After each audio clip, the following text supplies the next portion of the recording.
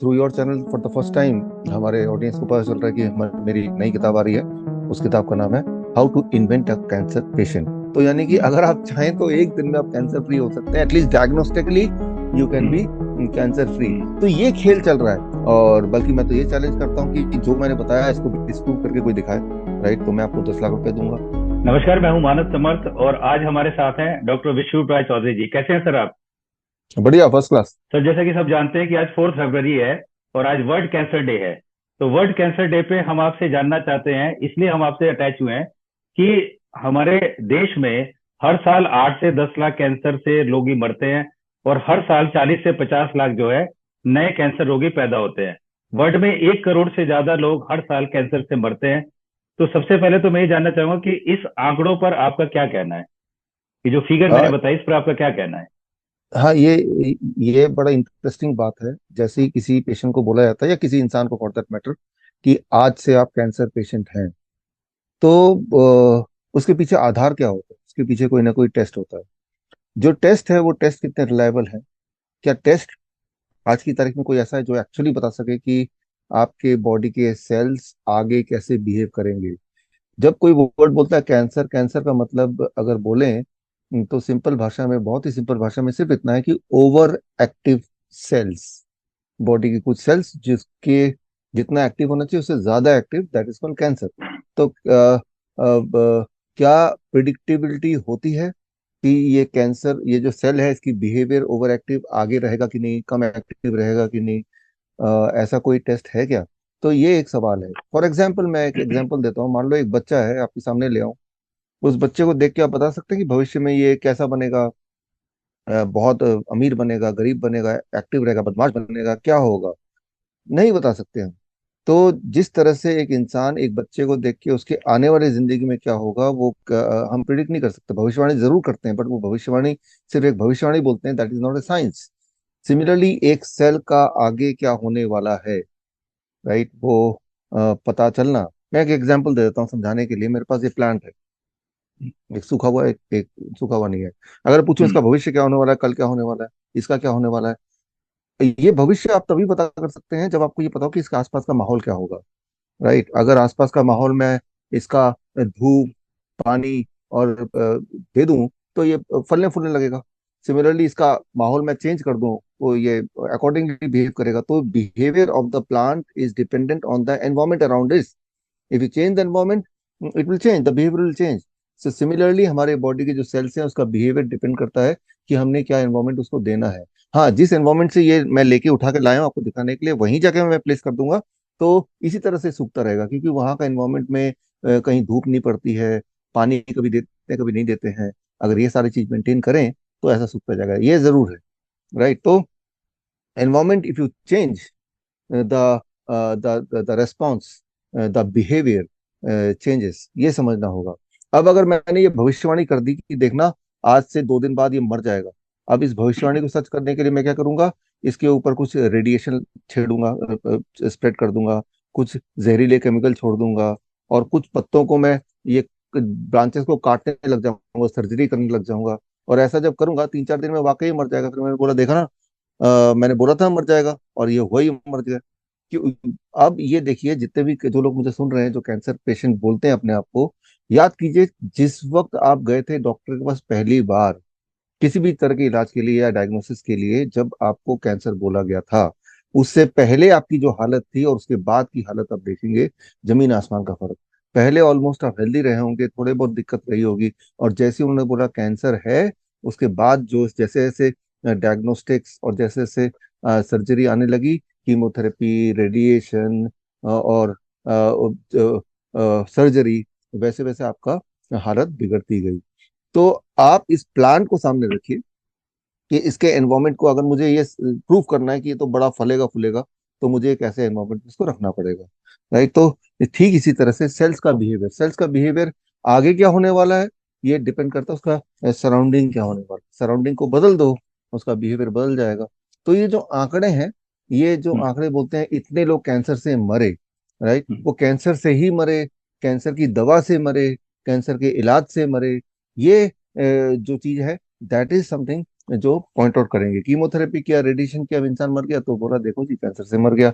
Right, और उसके बावजूद भी बचा रहा, देखो जी कीमोथेरेपी की वजह से बचा रहा। तो ये बताना आसान है उनके लिए जिन्होंने दोनों दुनिया देखी है।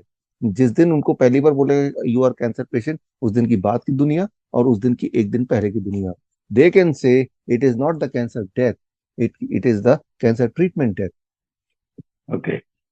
कहने का मतलब ये जो आंकड़े जो मैंने गिनवाए हैं, जो मैंने बताए हैं, इस पे आपका कहना है कि ये कैंसर डेथ नहीं है, ये ट्रीटमेंट डेथ है।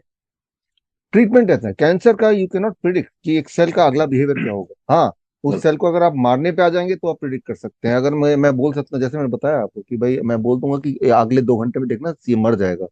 हाँ, फिर मैं मारने पे उतारू हो जाऊं, रेडिएशन डाल दूं, केमिकल डाल दूं, तो आप वाकई मर जाएगा एंड मेरी प्रिडिक्शन सही हो जाएगी। फिर मैं बोलूंगा देखो जी मैंने बोला था ना। लेकिन आपने मारने के लिए जो चीजें जरूरत होती है किसी भी प्राणी को मारने के लिए, वो सारी सामग्री मैं सामने ले आता हूँ, तो मरेगा ही मरेगा। तो यही हम्म, होता है। पहले तो बोलते हैं डिटेक्ट करते हैं कि आप कैंसर पेशेंट हैं, और उसके पीछे का डिटेक्शन के जो डायग्नोस्टिक टेस्ट है उसके बारे में भी आज बात करेंगे। और फिर जब वो पेशेंट को मना लेते हैं, या वो उस इंसान को, पेशेंट भी ना बोले कि ठीक है भैया आप हमारे ऊपर केमिकल भी डालो, हमारे ऊपर रेडिएशन भी डालो, हमारे बॉडी के कुछ पार्ट तो आप काट ही लो, और फिर हम्म, बोलते हैं कि भाई हम बीमार क्यों हैं। जरा सोचिए, यही सारी चीज आप इस पौधे पे करेंगे तो क्या होगा, वो कितना जिंदा रहेगा। जो भी केमिकल आपके ऊपर डाली जा रही है वही केमिकल उठा के पौधे पे डालिए, एंड देन यू सी, जो भी दवाइयां आप खा रहे हैं, चाहे कोलेस्ट्रॉल की, बीपी की, उसको कूटिए, पानी में घोलिए और फिर डालिए प्लांट में। फिर देखिए प्लांट कितना फलता फूलता है। जो चीज प्लांट के लिए खतरनाक है वो चीज हम्म, आपके लिए भी खतरनाक है। जो चीज प्लांट के लिए अच्छा है, जैसे sunlight, that is good for plant, that is good for hmm, you as well. Right, hmm. So that is how it is. Sir, अभी मैंने सुना है आपकी एक नई बुक आने वाली है, एक लॉन्च करने वाले हैं, जिसका नाम है how to invent a cancer patient. How right. To invent a cancer patient. ये जो नाम है, ये बड़ा अजीबो गरीब नाम है, और बड़ा अजीब सा मुझे लग रहा है कि मतलब इसका क्या मतलब, कि इन्वेंट का मतलब होता है आविष्कार करना। मतलब आप क्या कहना हाँ चाहते हैं, क्या मैसेज देना चाहते हैं? क्या इसका मतलब ये है कि कैंसर पेशेंट का आविष्कार होता है, होते नहीं आविष्कार होता है? आपका हाँ, मतलब देखिए, ये है इस बुक, मतलब इस बुक से आप क्या मैसेज देना चाहते हैं? देखिए ये through your channel for the first time हमारे ऑडियंस को पता चल रहा है कि मेरी एक नई किताब आ रही है। उस किताब का नाम है how to invent a cancer patient. Right, ये बड़ा अटपटा सबको लग रहा होगा सुनने में, लेकिन अगले 1 मिनट या 2 मिनट के बाद अटपटा लगना बंद हो जाएगा। ध्यान सुनिए। आप किसी भी कैंसर पेशेंट से मिलिए, सो कॉल्ड कैंसर पेशेंट बोलूंगा, जो बोलता है कि मैं थर्ड स्टेज मुझे बताया गया कैंसर पेशेंट, आप तो फोर्थ स्टेज में कैंसर चला गया बताया गया, ऐसा होता है ना, स्टेजेस हम्म, में डिवाइड कर दिया गया, तो वो फिर उसका बिहेवियर वैसे हो जाता है। आप देखेंगे कई बार, अक्सर ही हमारे हिम्स हॉस्पिटल में तो हम देखते ही हैं, रोज ही देखते हैं, और हजारों की तादाद में हम देखते हैं कि पेशेंट अपने पैरों से चल के आता है और बोलता है कि ये रिपोर्ट पकड़ाता है, पूछते हैं कि भाई क्या आपको तकलीफ है, बोलता है मुझे कैंसर है। मैंने कहा तकलीफ क्या है आपको? का तकलीफ मुझे कुछ नहीं है, ना मुझे कोई दर्द है, ना कोई ट्यूमरस ग्रोथ है, ना ही वीकनेस है, लेकिन मैं फोर्थ स्टेज कैंसर का पेशेंट हूँ। फिर बोलता है कैसे पता फोर्थ स्टेज कैंसर के पेशेंट हैं? फिर वो आगे जो सबसे पॉपुलर डायग्नोस्टिक और सबसे रिलायबल माने जाने वाला डायग्नोस्टिक पेट स्कैन सामने ले आते हैं, positron emission Right, right। Tomography, PET sir, यहाँ स्कैन। पे यहाँ कि पे देखिए एक पेट मिनट, यहाँ स्कैन। पे यहाँ पे एक क्वेश्चन ये भी आता है कि ये क्वेश्चन नेक्स्ट हो सकता है कि मतलब कैसे पता चलता है पेशेंट को कि मैं फोर्थ स्टेज हूँ, थर्ड स्टेज हूँ, फिफ्थ स्टेज हूँ? मतलब कैसे पता चलता है वो, और कैसे बताया जाता है उसे? तो ये भी वो क्वेश्चन यहाँ पर वो एक आता है। हाँ, वो डॉक्टर बताता है, और डॉक्टर को कैसे पता चलता है वो मैं बताता हूँ, डॉक्टर हाँ, कैसे डिसाइड करता है। राइट। हाँ। तो ये बड़ा इंटरेस्टिंग है, ये सबको समझना चाहिए, ये सिर्फ कैंसर कॉन्टेक्स्ट में नहीं है, ओवरऑल सारे हम्म, बीमारियों से भी इसको जोड़ के देख सकते हैं। कि जब हम्म, डॉक्टर बताता है कि भाई फोर्थ स्टेज कैंसर का मतलब, डॉक्टर के अनुसार, कि उनके जो डेफिनेशन हिसाब से, कि कैंसर पूरे बॉडी में कई ऑर्गन में, मल्टीपल ऑर्गन में फैल गया तो उसे फोर्थ स्टेज कैंसर बोलते हैं। तो जब ठीक है, बोले फोर्थ स्टेज, थर्ड स्टेज मतलब कि एक जगह सीमित नहीं है, कुछ एक जगह और फैल गया है, थर्ड स्टेज। ठीक है, राइट, तो ठीक। इस तरह से एक जीरो स्टेज भी है कि एक ही जगह ट्यूमर है छोटा सा, वो जीरो स्टेज बोलते हैं। राइट, हम्म, जीरो स्टेज में एक्चुअली हम सभी हैं। राइट, हम्म, सारे लोग ही बोल सकते हैं। तो इस तरह से अब डॉक्टरों को कैसे पता चलता है, ये बड़ी इंटरेस्टिंग बात है। इसके यहाँ पे डॉक्टर जो एक ही टेस्ट है जिससे वो पता करते हैं, that is PET scan. Right, PET तो स्कैन। Positron emission tomography. और ये क्या होता है ये समझना जरूरी है। देखिए यहाँ पे क्या है कि जैसे मेरे बॉडी के सारे सेल्स, बिलियंस ऑफ सेल जिंदा हैं, जिंदा होने के लिए जो बेसिक एनर्जी उनको उसको चाहिए वो मिलती है ग्लूकोज, शुगर से मिलती है, हमें पता है ये सभी को। हम्म, अब शुगर से मिलती है। तो जो सेल ज्यादा काम करता है वो सेल ज्यादा खाना खाता है, ज्यादा शुगर खाता खाना है, ये खाता जाहिर सी बात है ना। बिल्कुल। तो तो अब एक केमिकल, उसका नाम है एफडीजी, फ्लोरो डाइऑक्सी ग्लूकोज। सो यहाँ एफडीजी एक रेडियो एक्टिव मटेरियल है। तो होता यह है कि जो कैसे पता चलेगा फोर्थ स्टेज है, तो बोलते हैं पेशेंट को एक दिन तक आप खाना मत खाओ या फास्टिंग पे रहो रात भर। जैसे रात भर खाते नहीं है, सुबह 18 घंटे की फास्टिंग करो, 1 डे यू डोंट ईट। अब एक दिन हमने नहीं खाया तो हमारे सारे बॉडी के सेल्स भूखे हैं, क्योंकि उनको तो ओरिजिनल सोर्स शुगर चाहिए। अब क्या किया डॉक्टर ने, उसको खाना खाने से मना किया तो सारे सेल्स बॉडी के भूखे हैं। और अब डॉक्टर ने उसके बॉडी में डाल दिया, इंजेक्शन से डाल दिया, मुंह से भी डाल सकते हैं वैसे, that is FDG, fluoro dioxy glucose. ये एक रेडियो एक्टिव मटेरियल है, लेकिन इसमें ग्लूकोज भी पार्ट है। अब ठीक है। हमारे बॉडी के सारे सेल्स भूखे हैं, तो शुगर तो उसको मिल नहीं रहा है जो ओरिजिनल सोर्स ऑफ बिल्कुल। एनर्जी है। तो शुगर की जगह ये हमारे बॉडी के सारे हेल्दी सेल्स, सारे ही सेल्स, ये एफडीजी को पकड़ लेंगे कि भाई खाना आया, खाना आया। लेकिन इसमें चालाकी क्या है, इसमें शुगर के अलावा एक रेडियो एक्टिव मटेरियल भी है। रेडियो एक्टिव मतलब कि जब फोटो खींची जाएगी, जैसे बोलते हैं पेट स्कैन, तो फोटो जब खींचेंगे तो कहाँ का रेडियो एक्टिव मटेरियल बॉडी में है, है तो पूरे बॉडी में ही, क्योंकि सारे सेल्स ने एफडीजी खा लिया आज। लेकिन कुछ सेल्स जो ज्यादा एक्टिव होते हैं वो ज्यादा खाएंगे, है ना। तो जो ज्यादा भूखे हैं वो ज्यादा खाएंगे, जो कम भूखे हैं वो कम खाएंगे।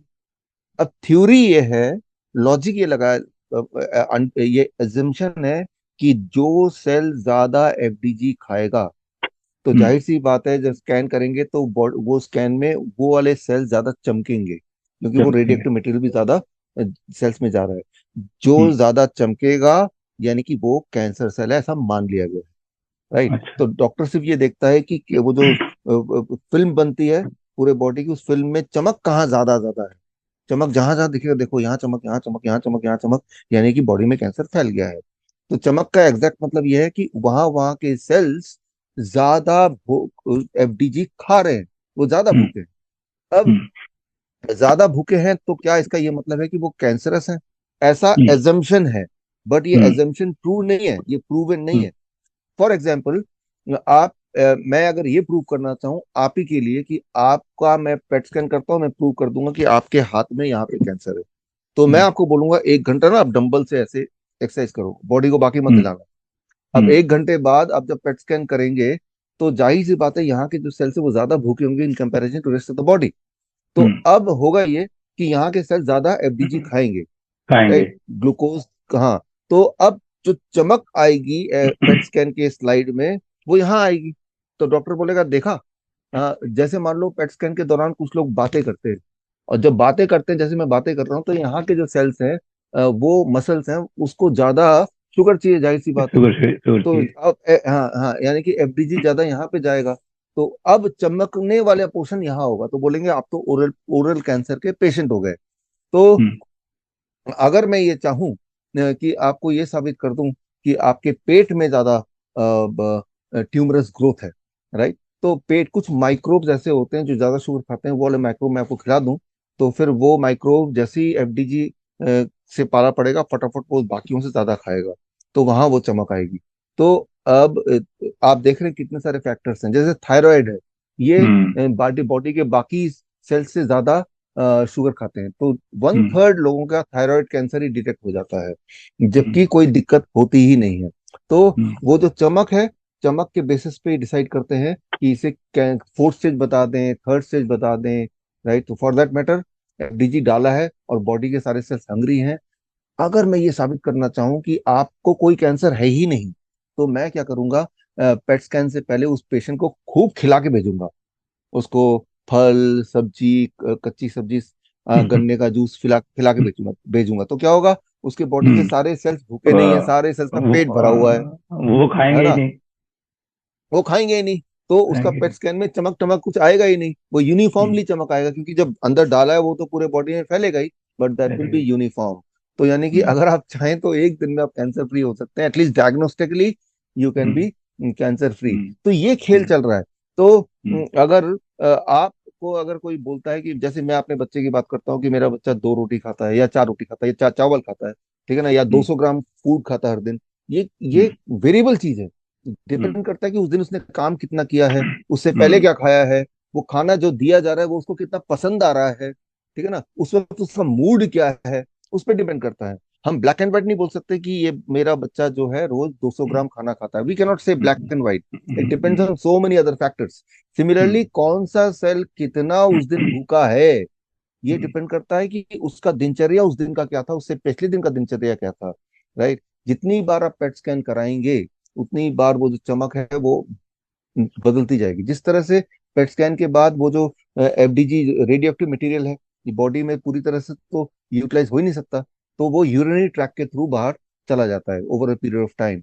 तो यानी कि हम्म, यूरिनरी ट्रैक में वो जमा होता है, और उसके बाद अगर आप दोबारा पेट स्कैन करेंगे तो यूरिनरी ट्रैक के वहां पे चमक ज्यादा दिखाई देगी, तो बोलेंगे देखो आपको यूरिनरी ट्रैक में यानी कि आपको किडनी कैंसर के ऊपर कैंसर है। फैल गया है। और ऐसा बोलते ही है, ऐसा बोलते ही है, और हम्म, दिखा भी देंगे, और वो मान भी जाएगा, और वो सोचेगा मैं ऐसा करता हूँ कि किसी और डॉक्टर को दिखाता हूँ, वो बोलेगा हाँ, हम्म, वो भी सेम वही वाला भाषा बोलेगा, फिर बोलेगा मैं हम्म, एक और डॉक्टर को दिखाता हूँ, वो भी एक भाषा बोलेगा। तो हम्म, मैं आपको बोलता हूँ, जो लोग मुझे सुन रहे हैं, हम्म, अगर आपका कोई दुश्मन है, आपको ये आप चाहते हैं कि इसके बॉडी में बहुत सारा कैंसर ऐसे साबित हो जाए, तो कैंसर उसके पेट स्कैन से जस्ट पहले, 1 घंटे पहले उनको इंसुलिन लगा दो 10-15 यूनिट।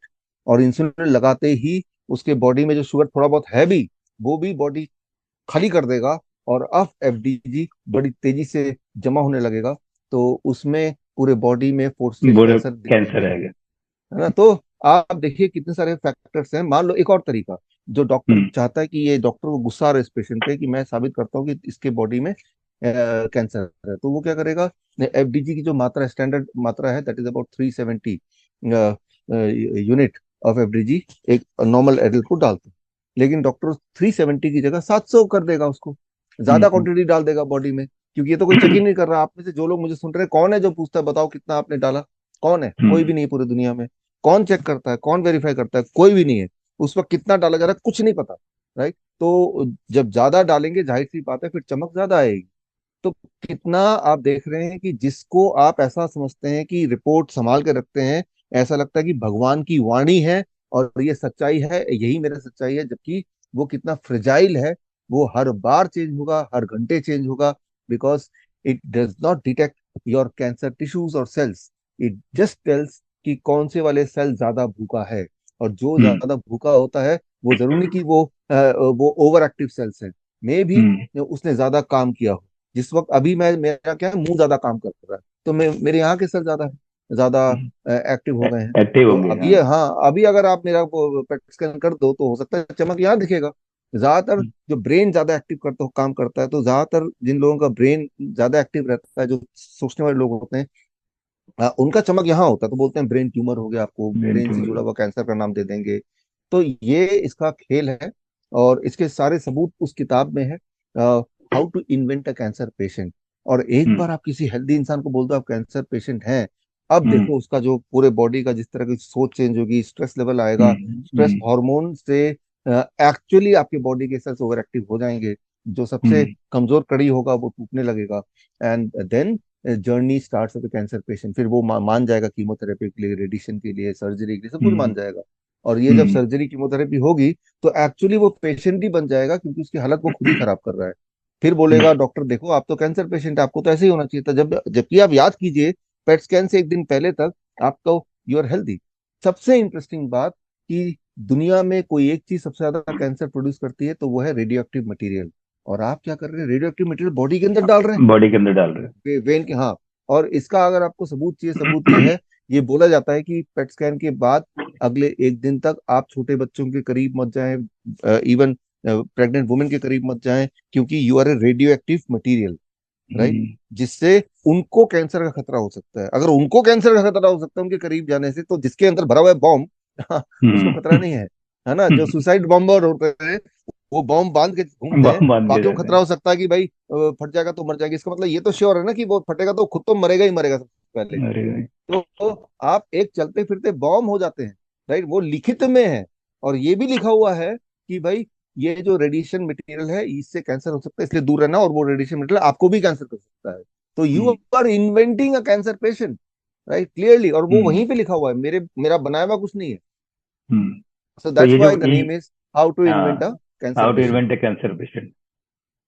तो सर ये जो आपकी बुक है, ये जो लॉन्च हो रही है, उसमें ये सारा डेटा है आपने जो दिया हुआ है, सारी चीजें? एक एक चीज का सबूत के साथ, रिसर्च पेपर के साथ, राइट, मैंने दिया हुआ है। और बल्कि मैं तो ये चैलेंज करता हूँ कि जो मैंने बताया इसको डिस्प्रूव करके कोई दिखाए, राइट, तो मैं आपको 10 लाख रुपए दूंगा। दुनिया में इतने रेडियोलॉजिस्ट हैं, इतने ऑन्कोलॉजिस्ट हैं, राइट, दे कैन डिस्प्रूव अपने सपोर्ट के हिसाब से। आप अपने रिसर्च पेपर लाइए। ये पेशेंट की रिस्पॉन्सिबिलिटी वो पूछना कि डॉक्टर आपने मुझे पेट स्कैन तो बोल दिया, लेकिन पेट हम्म। स्कैन से कैसे पता चलता है, क्या ये पता चलता है कि क्या कौन सा सेल कैंसरस है या हो जाएगा? तो answer is hmm. No. PET scan hmm. सिर्फ ये बताता है कि कौन सा सेल ज्यादा शुगर पीता है, राइट। हम्म। जो ज्यादा शुगर वही सेल पिएगा जो ज्यादा काम करेगा। काम ज्यादा करेगा। काम उसको कराएंगे तो वो पिएगा, जाहिर सी बात हम्म। हम्म। है ना। But that does not mean वो कहीं लिख के नहीं हम्म। देंगे कि आप कैंसर हम्म। फोर्थ स्टेज पेशेंट हैं। आप एक काम कीजिए, जो लोग मुझे सुन रहे हैं, डॉक्टर जब बोलेगा आप फोर्थ स्टेज कैंसर पेशेंट हैं, आप डॉक्टर बोलिए ये लीजिए पेपर, ये लीजिए पेन, लिख के दीजिए। अच्छा, लिख के नहीं देना हम्म। चाहते, मैं ऑडियो रिकॉर्डिंग ऑन करता हूँ, आप बोल के दीजिए। वो एकदम भाग जाएगा वहां से। ना तो वो हम्म। बोलेंगे ना वो लिख के देंगे, राइट। वो हम्म। बोलेंगे तब तक जब तक उसकी रिकॉर्डिंग नहीं हो रही। वो डॉक्यूमेंट्री वो आपको देंगे नहीं। लेकिन आपने हम्म। ऐसा सोचा कि भगवान ने मुझे ये संदेश दिया है, उसको मान लिया, और आपकी हम्म। जिंदगी, आपके परिवार की जिंदगी फिर एक हम्म। नई दिशा में, एक गड्ढे में जाने की शुरुआत हो जाएगी। और फिर ये भी बोलेंगे कि क्योंकि आपको कैंसर हो गया है, तो आपके घर में जो बच्चे हैं, बाकी लोग हैं, जेनेटिकली उनको भी हो सकता है, तो ऐसा करो उन हम्म। सबका भी पेट स्कैन कर दो, राइट। हम्म। इस तरह से धीरे धीरे धकेलने की काम, तो how to invent patient, right, this hmm. Can be title. तो जब ये बुक लॉन्च हो जाएगी तो मैं उसका लिंक मैं वीडियो में डाल दूंगा, मैं बता दूंगा आपको, तो वहां से आप उसको डाउनलोड करके पढ़ सकते हैं, या मेरे ख्याल से अमेजोन पे भी अवेलेबल होगी, वहां से भी आप परचेज कर हाँ ये सकते हैं इसको। हाँ ये फ्री डाउनलोड भी होगा हमेशा की उसका, तरह। हाँ, उसका लिंक आपको मिल जाएगा जल्दी ही, जब ये लॉन्च होगी तो आपको उसका लिंक, उसकी सारी डिटेल्स आपको मिल जाएंगी। तो यहाँ तक तो सर हो गया कि आपने बता दिया कि किस तरह से कैंसर पेशेंट का इन्वेंशन होता है, किस तरह से उसे इन्वेंट किया जाता है, किस तरह से थर्ड स्टेज फोर्थ स्टेज को बताया जाता है कि आप इस स्टेज के हैं। ये दो चीज क्लियर होगी। अब तीसरा सवाल मेरा ये है कि अगर किसी को पता चला कि कैंसर पेशेंट में हूं मैं, तो डॉक्टर ने बताया ये करना ये करना ये करना, मैं यहाँ पर जानना चाहता हूँ सबसे पहले तो ये क्वेश्चन कि उसे क्या नहीं करना चाहिए। उसे क्या नहीं करना चाहिए, हाँ, मतलब मैं ये उसका मैं इलाज। ये नहीं पूछ रहा हूँ उसे क्या करना चाहिए, मैं कह रहा हूँ क्या नहीं करना चाहिए। सबसे पहले तो ये बताइए क्या नहीं करना चाहिए। वो बड़ा आसान है, डॉक्टर की एक भी बात नहीं माननी चाहिए। कीमोथेरेपी कराना, आंसर नो। रेडिएशन कराएंगे, नहीं। बायोप्सी कराएंगे, नहीं। एफएनएसी कराएंगे, बिल्कुल नहीं। मेमोग्राफी कराएंगे, ये तो बिल्कुल नहीं कराएंगे। आप क्या हमारी कोई बात मानेंगे? नहीं, राइट। तो पहला जो नहीं करना चाहिए उसको, कि डॉक्टर की कोई बात नहीं माने, जो बोल रहे हैं ठीक उसका उल्टा करें। और मैं ये ऑन रिकॉर्ड है, this is on record, because ये वीडियो में आप देख रहे हैं, ये रिकॉर्ड में है, राइट। क्योंकि वो जो भी बोल रहे हैं वो आपको कैंसर के इंडस्ट्री की तरफ धकेल रहे हैं।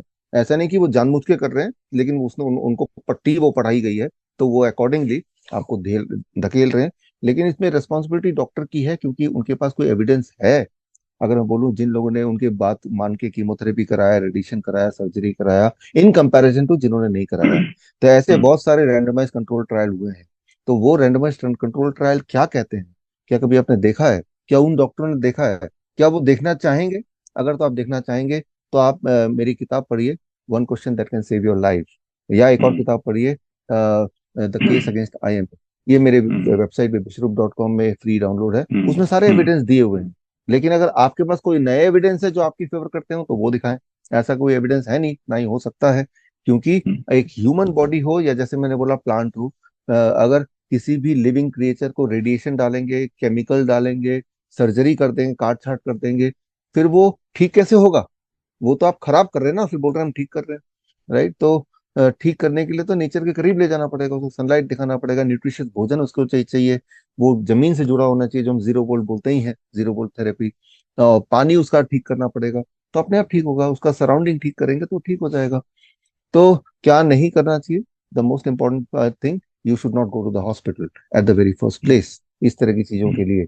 हॉस्पिटल ना जाएं, ना ऐसी कोई बात माने।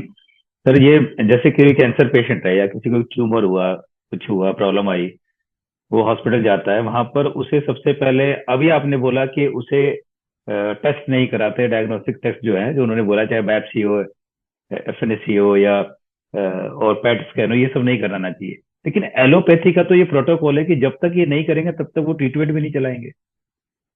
हाँ, तो ये प्रोटोकॉल इसलिए है ना, क्योंकि ये प्रोटोकॉल से वो पेशेंट को, जो पेशेंट था भी नहीं उनको कोई पेशेंट बना देंगे, और जिनका एक्चुअल प्रॉब्लम है, जैसे मान लो ट्यूमरस ग्रोथ है, वो दिख ही रहा है, ये इंटरनल पेन है जिससे ये पता चल रहा है कि अंदर कोई ट्यूमर होगा, राइट, और वो बल्ज आउट कर रहा है। तो कोई भी डिफिकल्टी होती है, कोई भी आपको होता है, तो आप जाते ही हैं। लेकिन क्या है कि वो जो ट्रीटमेंट का जंजाल है, या डायग्नोस्टिक का जंजाल है, वो आपको और स्पीडीली बीमार करता है। जैसे पेट स्कैन के नाम पे रेडियो एक्टिव मटेरियल पूरी बॉडी में डलवा भी लिया, और आप बोल रहे हैं कि मैं हेल्दी कैसे रहूं, कैसे हो सकता हूँ। तो आप एक जहर बॉडी में डाल के हेल्दी नहीं बन सकते। ऑलरेडी जो बीमार लोग हैं उनके बॉडी में जहर डालेंगे, उनकी शक्ति ठीक होने की पहले से ही कॉम्प्रोमाइज है, तो और बीमारी में ढकेल ही रहे हैं। इसीलिए डायग्नोस्टिक, और डायग्नोस्टिक करके भी तो यही बोलना है ना, कीमोथेरेपी, रेडिएशन, सर्जरी, और चौथी चीज तो कुछ है नहीं। जब बोलना ही ये तीनों है, और ये तीनों ही लीथल है, तो करना क्यों है? क्या कोई एविडेंस है कि जिन्होंने इनमें से कोई किया वो ज्यादा अच्छा लाइफ जी रहे हैं, ज्यादा लंबा लाइफ जी रहे हैं? अगर तो एविडेंस है तो शो मी, राइट। और क्या इसके एविडेंस, जो मैंने बोला उसका एविडेंस है, वो तो मैंने आपको दो किताबों का नाम दे दिया है, जो आज अभी डाउनलोड करके देख सकते हैं। और तीसरी किताब जो आने वाली है मेरी, how to invent a cancer patient, उसका थोड़ा वेट कीजिए, उसमें सारे एविडेंस हैं। लेकिन इसके विपरीत, जो जिन लोगों ने अपनी जिंदगी एज ए ऑन्कोलॉजिस्ट या एज ए कैंसर स्पेशलिस्ट बिता दिया है, वो भी कुछ एविडेंस दिखा दें। एटलीस्ट उन लोगों को दिखा दें जिन लोगों को बोल रहे हैं कि आप कैंसर पेशेंट हैं। जो कैंसर पेशेंट है उनकी रिस्पॉन्सिबिलिटी है अपना एविडेंस मांगने की, राइट। आप देखते हैं कि बड़ा बिल्डिंग है, बड़े बड़े मशीन है, तो सब कुछ ठीक होगा। इंपॉर्टेंट ये है कि कोई बिल्डिंग कितना बड़ा है, या इंपॉर्टेंट ये है कि रिसर्च क्या कहता है, अभी तक के एविडेंस क्या कहते हैं। अगर तो अभी तक के एविडेंस क्या कहते हैं इंपॉर्टेंट है, स्टार्ट आस्किंग फॉर एविडेंस।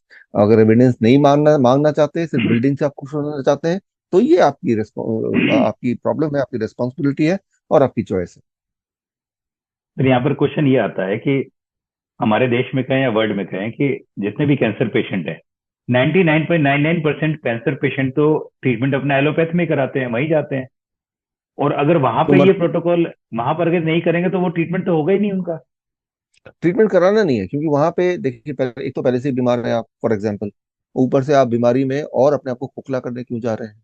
जो लोग अभी तक गए हैं, जो आप जानते हैं, जिनको आप उनकी हिस्ट्री देखिए, उनसे पूछिए कि जाने से पहले उनका इतिहास क्या रहा है, हेल्थ कैसी थी, और जाने के बाद क्या थी। ऐसे डिसीजन दीजिए, राइट। तो एक तो पहले से ही लुट गए हम, और बॉडीली, तो और लुटाने क्यों जाना, राइट। तो ये हमें समझना होगा कि वो that is not a solution, that is a part of the problem. तो हम पहले से ही प्रॉब्लम है, बिकॉज आपको कुछ ना कुछ तकलीफ है, उस तकलीफ के होते हुए और तकलीफ ऐड करके क्या मिलने वाला है जिंदगी में? कुछ पेशेंट ये भी मानते हैं कि मुझे कैंसर था, मैंने रेडिएशन कराया या मैंने वहां पे कीमो कराई, मैं ठीक हूँ। इस पे क्या कहेंगे आप? देखिए, ऐसा पेशेंट होते नहीं है जो कीमो कराने के बाद ठीक होते हैं। वो हम्म। बस टेम्पररी उनको बोलते हैं, देखो आप आज से ठीक है, बिकॉज एक और पेट स्कैन कर देंगे, उसमें साबित कर हम्म। देंगे कि वो जो जो जो चमकने वाले एरिया थोड़े कम हो गए। और फिर बोलना 6 महीने बाद दोबारा आ जाना, फिर पेट स्कैन करेंगे। फिर बोल देंगे नहीं, अब वो चमकने वाली जगह ज्यादा बन गई, पर ना जाने कैसे वो स्प्रेड हो गया। आपको दोबारा कीमोथेरेपी करना पड़ेगा। तो ये साइकिल चलता रहता है उनके जीवन में। ऐसा कभी नहीं होता कि भाई अब मैं ठीक हो गया और परमानेंटली ठीक हूँ, राइट। ऐसा हम्म। नहीं होता। हाँ, वो ऐसा हो सकता है जो अपना लाइफस्टाइल बदल दे पूरी तरह से, the kind hmm. Of protocol जो हम बोलते हैं, राइट। अपना हम्म। डाइट पूरा बदल दिया, लाइफस्टाइल बदल दिया, रेडिएशन लेना बंद कर दिया, वो लोग ठीक हो सकते हैं, और वो ठीक होते भी हैं, और दोबारा हम्म। कभी बायोप्सी नहीं हम्म। कराई, वो हेल्दी लाइफ जीते हैं फिर। हम्म। फाइन। तो अभी मैंने आपसे पूछा था कि उन्हें क्या नहीं करना चाहिए, तो आपने बता दिया कि वो जो डॉक्टर कहें वो नहीं करना चाहिए, डायग्नोज नहीं कराना चाहिए। अब जो सवाल आता है वो ये आता है कि ठीक है वो नहीं करा रहे, अब उन्हें करना क्या चाहिए? पहले तो ये समझिए कि करना क्या चाहिए, कि पहले तो आप बीमार हैं कि नहीं, पहले तो यहाँ से शुरू करना चाहिए। और ये कैसे पता चलेगा? इसमें बहुत सिंपल है, चार पांच चीजें हैं। पहला, क्या आपको वीकनेस है लगातार? दूसरा, क्या आपको लो ग्रेड फीवर है? तीसरा, क्या कोई ट्यूमरस ग्रोथ दिख रहा है?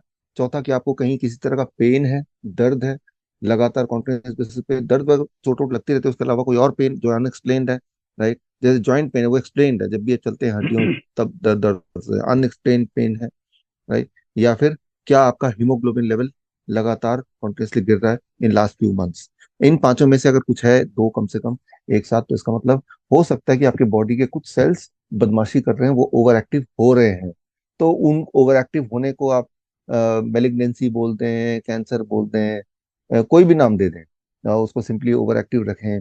जैसे बच्चे शरारत करते हैं, राइट, एक माहौल में, राइट, वही बच्चा एक और माहौल में जाएगा तो शांत हो जाता है।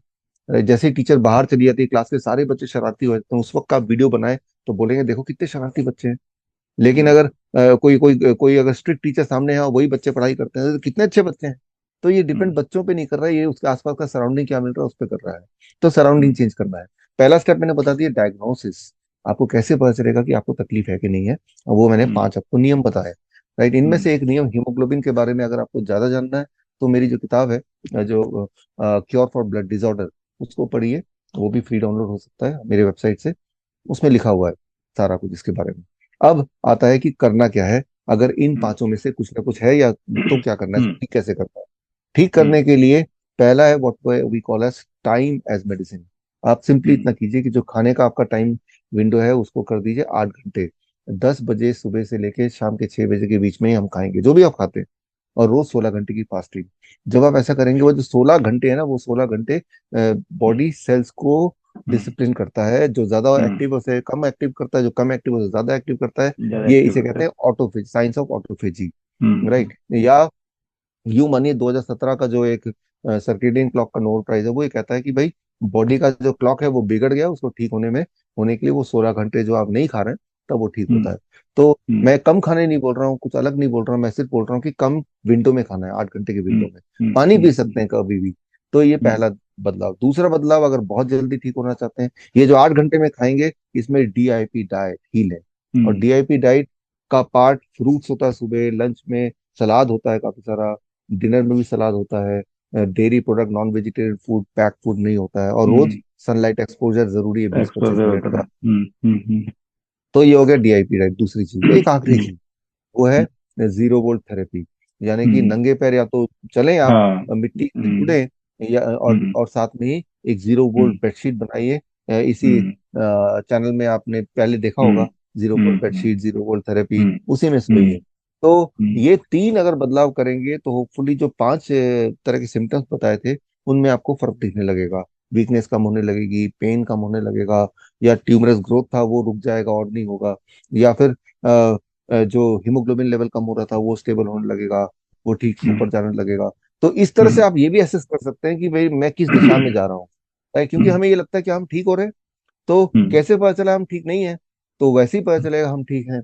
और क्या करना है, सिर्फ 3 स्टेप मैंने आपको बता दिया। And these hmm. 3 step can play major. आपने एक्चुअली क्या किया, आपने इसका एनवायरमेंट बदल दिया, इसको आपने हम्म। धूप दिखा दिया, इसको आपने सही तरह की न्यूट्रिशन दे दी। राइट, रात में आपने लाइट से बचाया, और दिन में हम्म। बहुत सारे लाइटें इसके पास आई। तो जब ऐसा किया तो इसका जो एक बायोलॉजिकल क्लॉक वो ठीक होने लगेगा, तो फिर फलने फूलने लगेगा। इसी तरह से आपने बदलाव किया। तो कोई भी बच्चे का बिहेवियर कैसा रहता है, वो बच्चे के ऊपर निर्भर उतना नहीं करता जितना उसका आसपास के माहौल पे करता है। ये प्लांट अब ग्रो करेगा कि नहीं, आप बीमार रहेंगे कि नहीं, ये आपके आसपास के माहौल पे किस तरह की परवरिश कर रहे हैं आप, उस पर निर्भर करता है, क्या खान पान क्या है उस पर निर्भर करता है। और ये बड़ी क्लियर बात है, इतनी सिंपल बात है कि ये समझ से ही परे है काफी लोगों की, but that is the only truth. तो बस ये 3 स्टेप लीजिए, एंड प्रॉब्ली आपकी जो तकलीफ है वो चली जाएगी। तो सर अभी अब आपने बता दिया कि जो आपकी बुक के बारे में अब आपने बताया कि कैंसर पेशेंट कैसे इन्वेंट किए जाते हैं, how to invent a cancer patient. मुझे उम्मीद है कि इस देश के करोड़ों लोगों को और भी वर्ल्ड लेवल पे जितने लोग इसको देखेंगे शायद उनको थोड़ा ये समझ में आएगा, और बुक पढ़ेंगे तो और भी क्लियर हो जाएगा। फिर आपने ये भी बता दिया कि जो डायग्नोस के थ्रू कैसे वो बताते हैं कि स्टेज वाइज कि कैसे थर्ड स्टेज फोर्थ स्टेज का कैंसर होता है, ये भी काफी क्लियर हो गया। क्या उसे नहीं करना है, क्या उसे करना है, ये भी आपने बता दिया। तो शायद मुझे ऐसा लगता है कि अगर ये चार पांच चीजें जो आपने बताई हैं, अगर इसको सब सोचें और इसको अगर अडॉप्ट करें, तो हो सकता है कि हम बहुत जल्दी कैंसर को शायद इस देश से निकाल सकें। हो सकता है कि बहुत जल्दी कैंसर की जो इतनी तादाद बढ़ रही है बड़ी तेजी से, वो उसमें गिरावट आए, वो कम हो। थैंक यू सो मच हमसे जुड़ने के लिए। और मुझे लगता है कैंसर कि को इस कैंसर को निकाल नहीं, कैंसर के षड्यंत्र को निकाल के फेंके, ताकि जो इन्वेंट कर अच्छा। रहे हैं, अच्छा। नादान लोगों को कैंसर में तब्दील कर रहे हैं, उस चीज पे रोक अच्छा। लगाना है। अच्छा राइट। ठीक। तो हाँ, तो हाँ कैंसर तो इटसेल्फ पे नहीं, नेचुरली कैंसर हो रहा है लोगों पे को और फिर इलाज कर रहा है, हाँ ऐसा नहीं है। पहले तो कैंसर पैदा किया जा रहा है, बिलीव किया करवाया जा रहा है कि you are a cancer patient. अब इलाज करके हाँ उसको प्रूव कर रहे हैं, देखा आपको कैंसर हो हाँ गया है। तो हाँ उस ट्रेंड को हमें खत्म करना है। अच्छा, तो जैसा डॉक्टर विष्णुप्रिया चौधरी जी ने बताया कि जो कैंसर का जो षड्यंत्र है, इसको हमें निकाल फेंकना है, ताकि आने वाले टाइम में अब नए कैंसर रोगी ना बने। जो हमारे देश में 40 से 50 लाख हर साल नए कैंसर रोगी बन रहे हैं, तो हो सकता है कि अगर इस चीज को अपनाया जाए तो शायद इसकी मात्रा में बहुत कमी आएगी। और मुझे ऐसा लगता है कि वर्ल्ड कैंसर डे पे इससे अच्छा गिफ्ट शायद वर्ल्ड के लिए कुछ नहीं हो सकता, कि जितनी अच्छी से, जितने से सरलता से, साधारण तरीके से आपने समझाया है, अगर इसको ठीक से अडॉप्ट किया जाए तो शायद बहुत जल्दी इसको मनाने की जरूरत नहीं पड़ेगी। थैंक यू सो मच हमसे जुड़ने के लिए। चलते चलते थैंक यू। एक लाइन कुछ कहना चाहते हैं? यह बहुत ही इंपॉर्टेंट है। Knowledge is power. आप अपने नॉलेज को बढ़ाइए, और आज की तारीख में अगर आप बोलते हैं कि आपकी सेहत का रिस्पॉन्सिबिलिटी कोई डॉक्टर हॉस्पिटल लेगा, वो होने नहीं वाला। You have to become your own doctor. Your house can be your own hospital, जरूरत पड़े तो।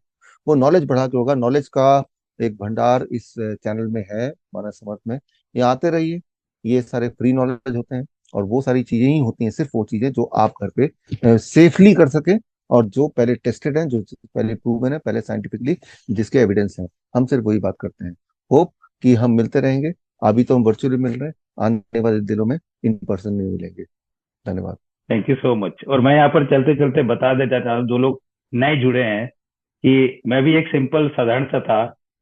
Because of doctor Vishnupriya Chaudhary, जो इन्होंने बताया नॉलेज, इन्होंने मुझे नॉलेज दी, इन्होंने मुझे इस काबिल बनाया कि आज मैं हजारों लोगों को ठीक कर पा रहा हूँ। और आज मैं डॉक्टर विष्णुप्रिया चौधरी के अंडर में, इनके गाइडलाइंस में काफी कुछ एजुकेशन लोगों को दे रहा हूँ। तो सबसे पहले इस वर्ल्ड कैंसर डे पे मेरी तरफ से thank you so much doctor Vishnupriya Chaudhary.